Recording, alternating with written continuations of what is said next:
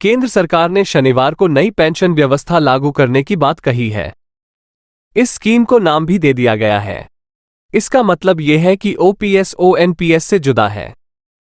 नई स्कीम का नाम है यूनिफाइड पेंशन स्कीम यानी यूपीएस रखा गया है। केंद्रीय कैबिनेट ने इस स्कीम को मंजूरी भी दे दी है। इस स्कीम में 25 साल काम करने वाले सरकारी कर्मचारियों को पूरी पेंशन मिलेगी।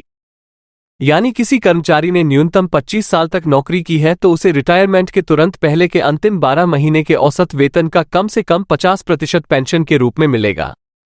यूनिफाइड पेंशन स्कीम में 10 साल की नौकरी करने के बाद कर्मचारी को कम से कम रुपए पेंशन के तौर पर मिलेंगे। दूसरी तरफ केंद्रीय कर्मचारी संगठनों ने नई पेंशन स्कीम यूपीएस पर गहरी नाराजगी जाहिर की है।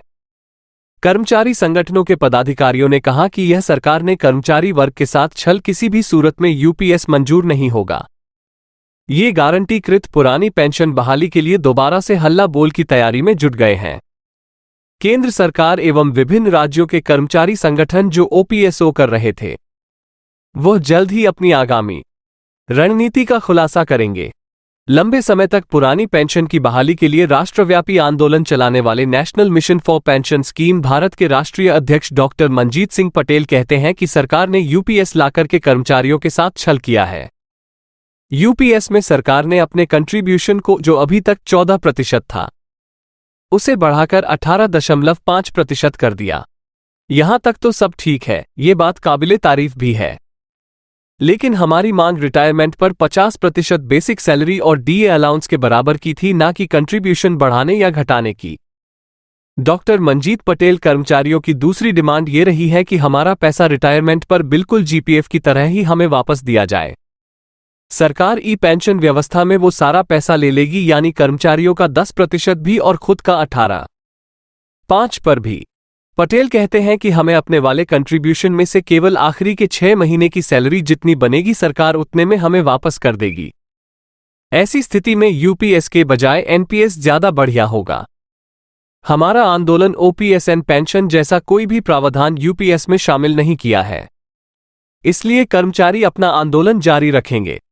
केंद्रीय कर्मियों के एक बड़े संगठन confederation of central government employ and workers के महासचिव एसबी यादव ने कहा, हम रेस्ट एंड क्लियर है। सरकारी कर्मचारी को ओपीएसएस किसी भी सूरत में स्वीकार नहीं करेंगे। सरकार की इस नई स्कीम को लेकर कन्फेडरेशनों में आगामी रणनीति की घोषणा की जाएगी। ये क्लियर है कि कर्मचारियों को ओपीएसओ कुछ मंजूर नहीं है। अखिल भारतीय रक्षा कर्मचारी महासंघ ने प्रधानमंत्री नरेंद्र मोदी और जेसीएम के प्रतिनिधियों के बैठक का बहिष्कार किया था।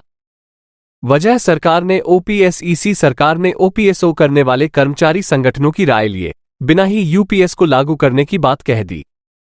अब दोबारा से आंदोलन शुरू होगा।